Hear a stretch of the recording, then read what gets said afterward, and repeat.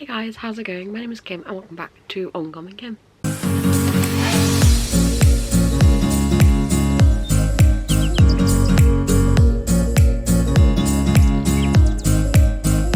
So I'm currently in my Romantasy era, which has been a long time coming, as there's a lot of books on my TBR and just in general that I own that is Romantasy.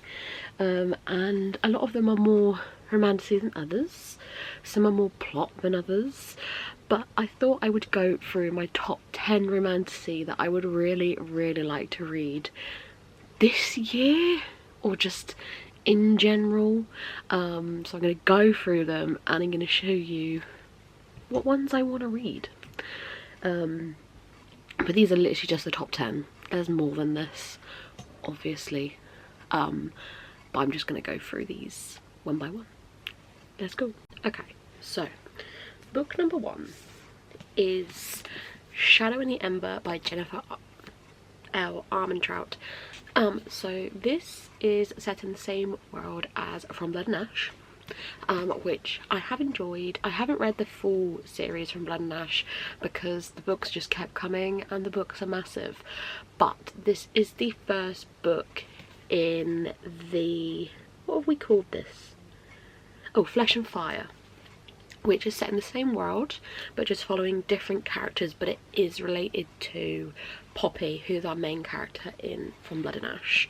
I definitely read the first 4 books in From Blood and Ash, but being honest, can I remember what happened in War of Two Queens? No.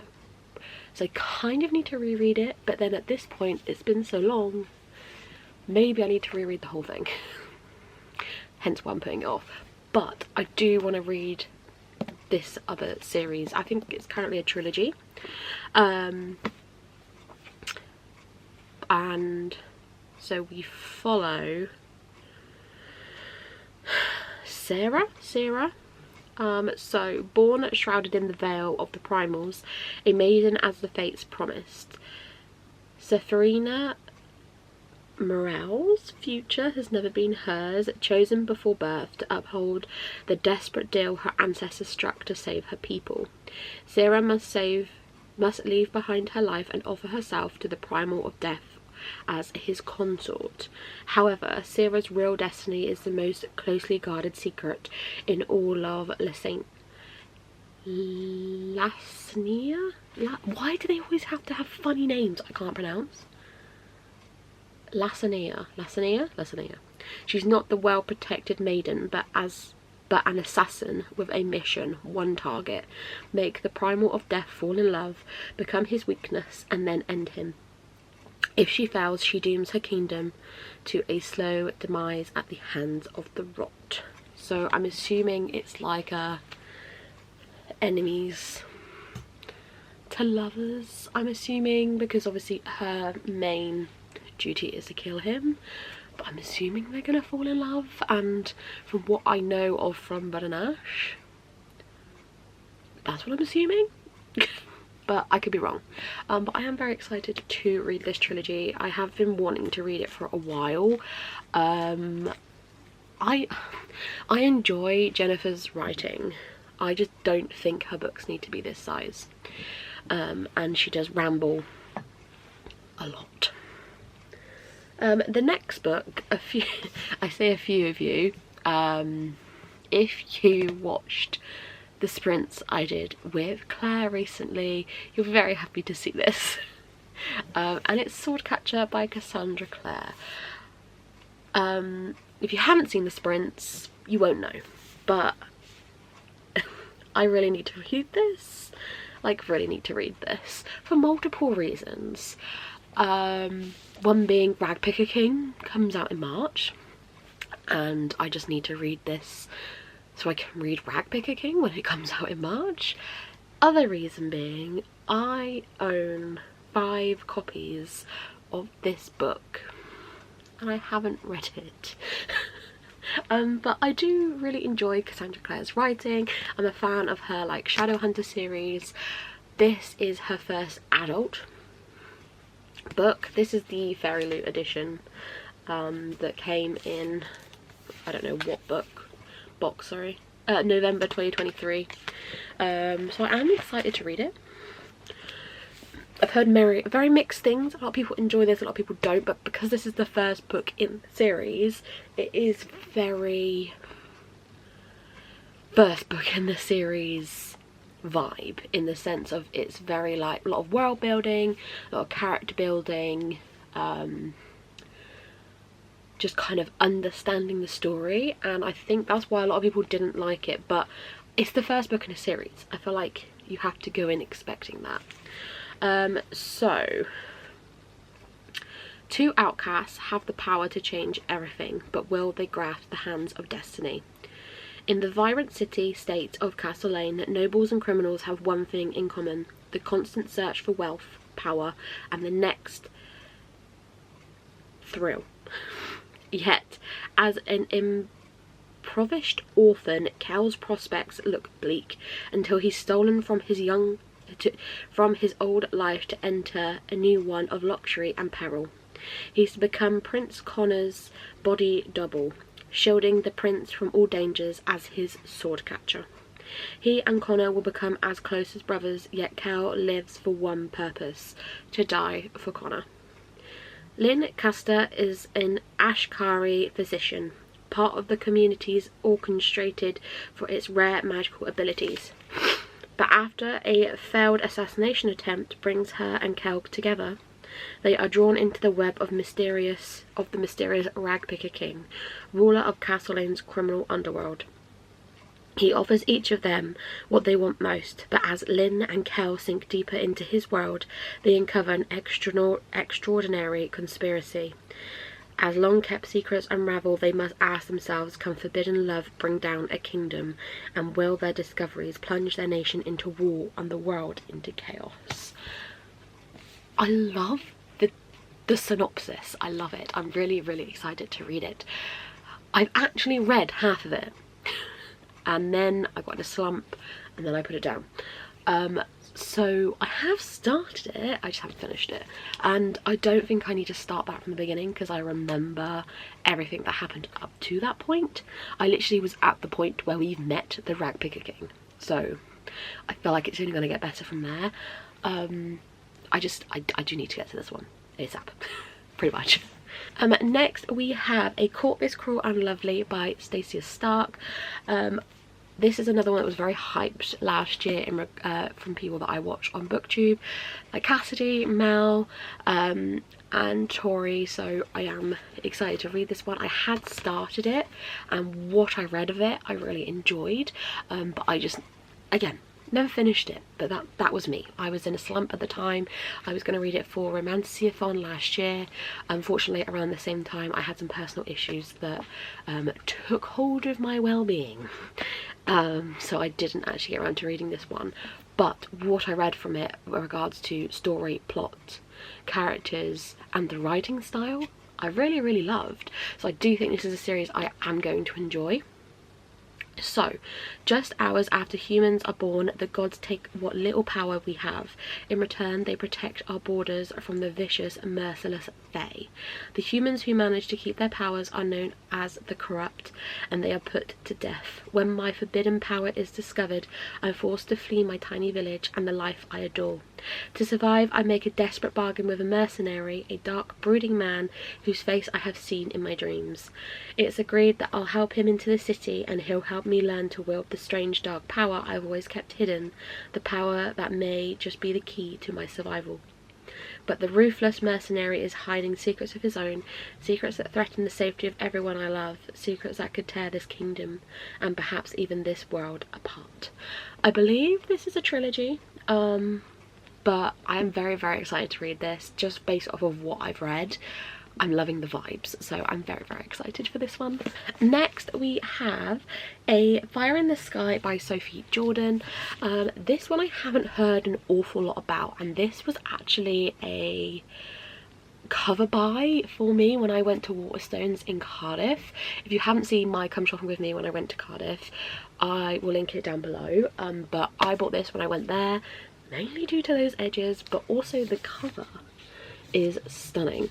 And yeah, I haven't really heard an awful lot about this one, so I am excited. So dragonfire no longer blisters the skies over Pantera, but inside the lavish palace life is still prolicious, especially for Tamsin. Raised in the glittering court alongside the princesses, it's her duty to be punished for their misdeeds, treated as part of the royal family but also as the lowest servant. Tamsin fits nowhere, so when she is tasked with the ultimate sacrifice of pretending to be one of the true royal princesses and marry Fel, the beast of the borderlands, son to the great dragon slayer, Tamsin accepts her fate, even if it means tricking the deadliest warrior. The wedding night begins with an unexpected passion, but ends in near violence when her trickery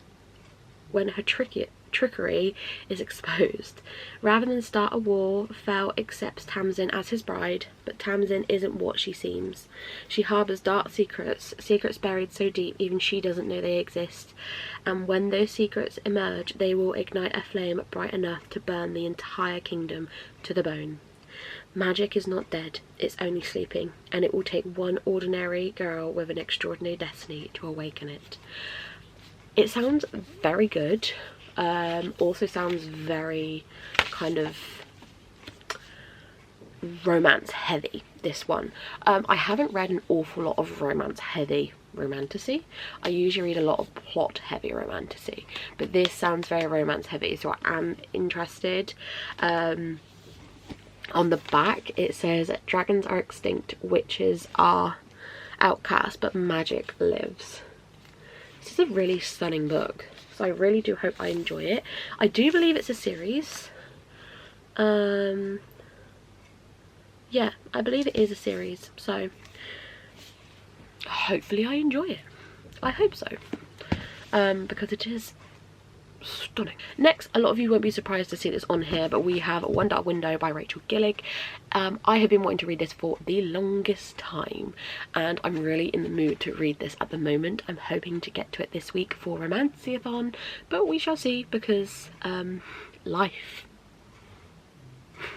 But my life's meant to get a lot easier as of this week, so hopefully I will be able to read this. So this is very, very popular. Very well loved, very popular. It is a duology, and Rachel Gillig has a new release coming out this year, which I have pre-ordered. So I would love to get One Dark Window and Two Twisted Crowns done this year. Reading hasn't gone to plan for me in February, unfortunately. I've just had a lot on in my personal life, but also a lot on in regards to my job.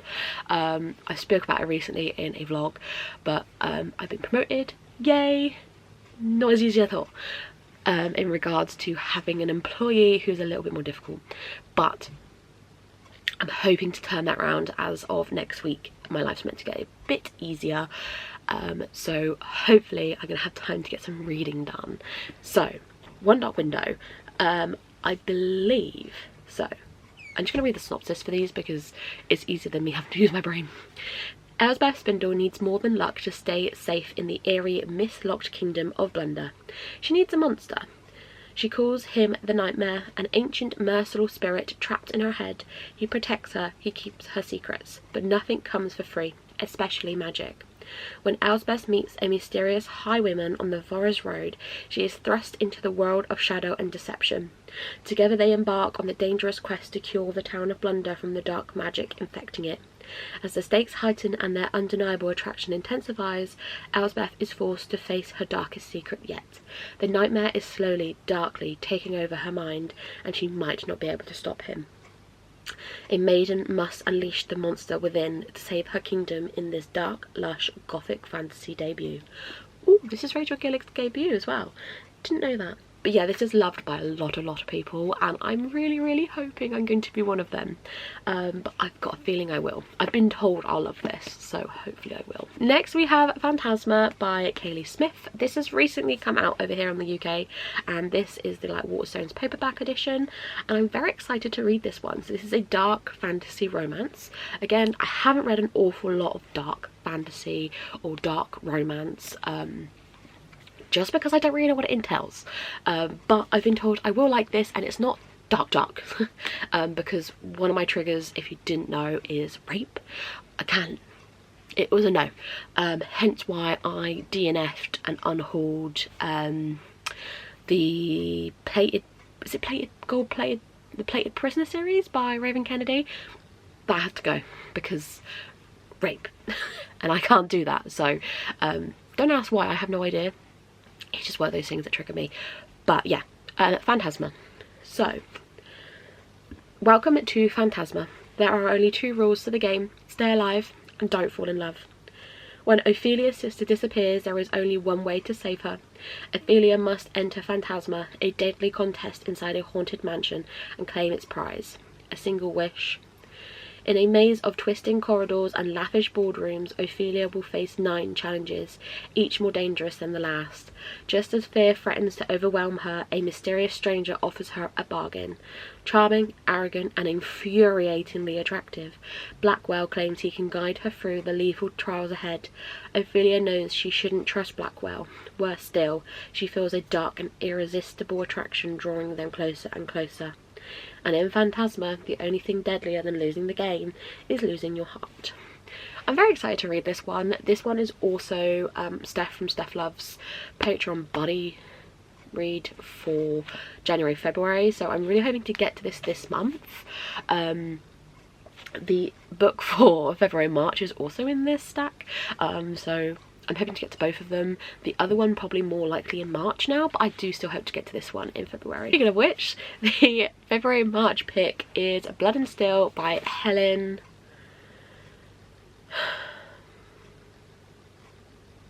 See, how I said it apparently was wrong, so I'm just not going to say it, but that's her name.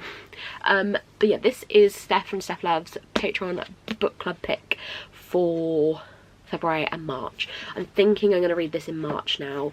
March is also Realmathon, so this would fit quite well for that.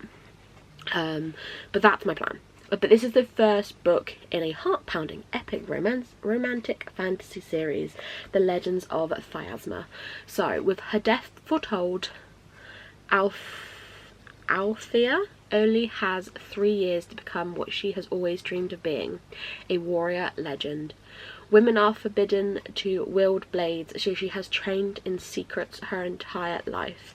Now racing against the clock, she fights to secure her place in the elite guild charged with the protection of the 5 kingdoms. The sparring and hazing of the new trainees border on the deadly, but even more dangerous is her growing attraction to Wilder Hawthorne, her unwilling warrior chaperone. All around them, schemes are afoot and darkness looms. Will Althea pass the precious initiation test and take her place as the champion of Phantasma? And will the invading evil snatch away her dream before it starts? Just realised there's a competition in this. If you don't know, don't do competitions. I say that, I don't mind them. No, I don't like them. I'm not gonna lie. I didn't like Powerless because there was a competition. Sometimes competitions are done well and I enjoy them. Like in ACOTAR, there's a kind of competition trial thing and I didn't mind it.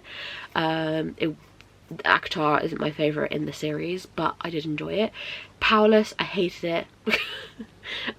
So it's kind of hit or miss on how it's done. Powerless only ended up getting a 3-star from me, but that's because it reined it in with the love triangle. So we'll see. We will see. Because sometimes it can be done well, and then sometimes I hate it. So we'll see. But I am very excited to read that book. I've also heard so much about the author and people loving her, so I'm very excited to get in on the hype. Okay, we have 3 books to go. Next we have Spark of the Everflame by Penn Cole.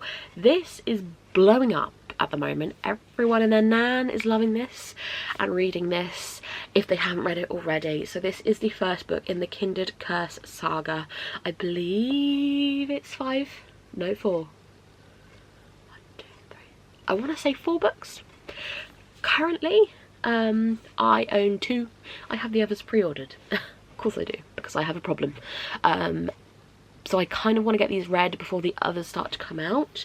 But it is very, very well loved. Not many people loved this one. Like, I know Cassidy, Bree, Mel, they enjoy the series, but this isn't their favourite in the series. I think it's the second and the third book that they loved. So I'm very intrigued to know why this one wasn't their favourite, but then what they love so much about the other books. So, all her life, Healer Deem has yearned to escape her tiny village in Amorian, a realm ruled over by cruel demigods known as the Descended. Although her parents have always tried to shield her from their brutality, Deem's world changes forever when her mother goes missing, leading her to uncover a dangerous secret that links her family to the dreaded Descended in ways she never imagined. The journey to unravel the web of mysteries Deem's mother left behind is long and treacherous, and it soon leads her into the dark domain of those who rule her world, the Descended's royal palace itself. With the dying king's handsome heir watching her every move, and the ruthless rebel alliance urging her to join the looming civil war, Di must reevaluate everything she thought she knew to save her loved ones and finally discover the truth about her world. So it says epic, low burning romantasy. I love a bit of epic fantasy. Don't mind a slow burn, depends how slow. If it's Quicksilver slow, I'm going to be pulling at strings. I loved Quicksilver, don't get me wrong, but it was fucking slow burn. For me, fucking slow, but I did enjoy it. But yeah, I'm very, very excited to read this one because it seems more plot based than romantasy based, so I am very excited for that element. But also it doesn't seem that long, which I'm noticing a lot of romantasy nowadays when they come out are flipping huge, and it's just, I just don't want massive books where, like, say this for example, or One Dark Window, is just shorter and easier for me to read. So yeah, I'm very excited to read this one. Hopefully I will get to it in February or March. They're kind of like my aims for a lot of these books, or I am going away at the end of April to Florida, and I plan on taking my Kindle, so maybe I'll get some reading done there as well. But I also don't know if I'm going to get much reading done, because Disney, you know, Disney. Second to last book, Bree will be very happy to see this, but it is The House of Bane and Blood by Alexis L. Menard. Bree is hyping this up to shit at the moment. I'm planning to read this for Ramathon, as it gets a lot of prompts ticked off for Ramathon. I am on Bree's team. Monarchs, come join us. We are the smallest team, but we are the mightiest team, so come and join us. I honestly can't wait for Ramathon this year. So I have no idea what this is about. All I know is it is stunning. I paid a lot for the hardback, but it's stunning, so it was worth it. So let's have a look. Any city split into two opposing sides, power comes in many forms: bloodlines, money, love, and most importantly, secrets. An heiress in the most notorious family in Lynchhaven, Camilla is doing all she can to keep her family's syndicate, the Iron Saint Railway, from slipping into bankruptcy.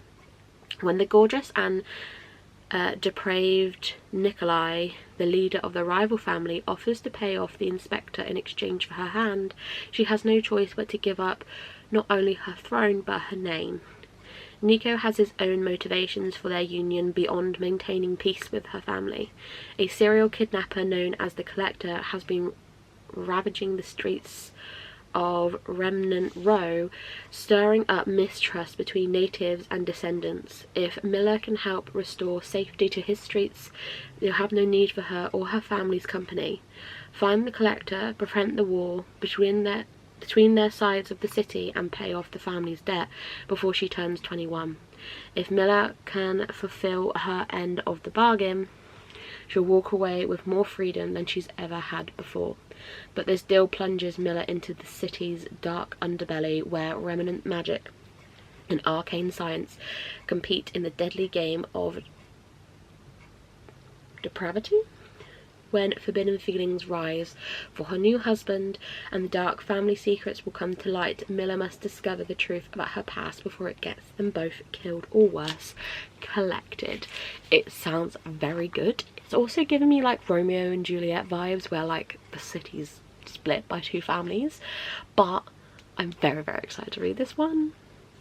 And I think Brie will be very happy to see more people reading this. So if this sounds good to you, pick it up, read it. And the final one is being hyped to shit at the moment because book 2 has just come out and everyone loved book 1, and that is The Crimson Moth by Kristen Cicerelli. This is the like TikTok shop edition where they've got like lovely sprayed edges, and I'm very, very excited to read this one. I do think I will love it. I believe, I don't remember what it's called in America. America's got a different name to us. We're the Crimson Moth, and I can't remember what their Heartless Hunter is what the book is called in America. They have a different name. But I'm very, very excited to read this one, and especially since Rebel Witch is just hyped to shit at the moment, it makes me more excited. There's so much hype over book 2. How good is book 1? So it is a duology. Didn't know that. So the Rebel Witch is the final book in this series, so that's very interesting. I love a duology. Why are people not doing more duologies? Like Divine Rivals was a duology and it was great. I loved it. Why can't we have more duologies? On the night Rune's life changed forever, blood ran in the streets. Now in the aftermath of the devastating revolution, witches have been diminished from the powerful rulers to outcasts ruthlessly hunted due to their waning magic, and Rune must hide what she is. Spending her days pretending to be nothing more than a vapid young soloist, Rune spends her nights as the Crimson Moth, a witch vigilante who rescues her kind from being purged. When a rescue goes wrong, Rune decides to throw the witch hunter off her scent by courting the handsome Gideon Sharp. Except Gideon is the notorious and unforgiving witch hunter, loyal to the revolution, and falling for him would be deadly. Very excited to read this one. I'm so excited to read this one. This is another one I really want to get on my TBR for either Realmathon or read during February. Hopefully now that I'm back in my reading mood. But I just wanted to say, sorry for lack of vlogs recently. I haven't been reading. Hence why there hasn't been any vlogs. I'm currently reading a vlog where I've combined Literature Readathon and Romantasy-a-thon together, and I'm just reading a load of Romantasy for that, so hopefully there'll be a few more books for that vlog because currently we have one. But there will be a video coming soon for you guys. There's been a lot of sit down videos just because I haven't been vlogging, and I do apologise for that. I have got 2 vlogs currently on the go. I have the Romantasy one, and then I have got an Iron Flame Onyx Storm vlog, but Onyx Storm is really pushing me into a slump, so I haven't finished that yet. But when that's finished, I do have 2 vlogs for you guys. But until then, you'll probably be getting a lot more sit down vlog videos of my face. But yeah, life's just been a bit mental, but hopefully everything's going to come and make my life easier. But those are the top 10 Romantasy books I really want to get to quite soon, if not soon, in the next year. I'm really in my Romantasy era at the moment. I'm enjoying it, so hopefully this will stay for a little bit and we can get through some of these books.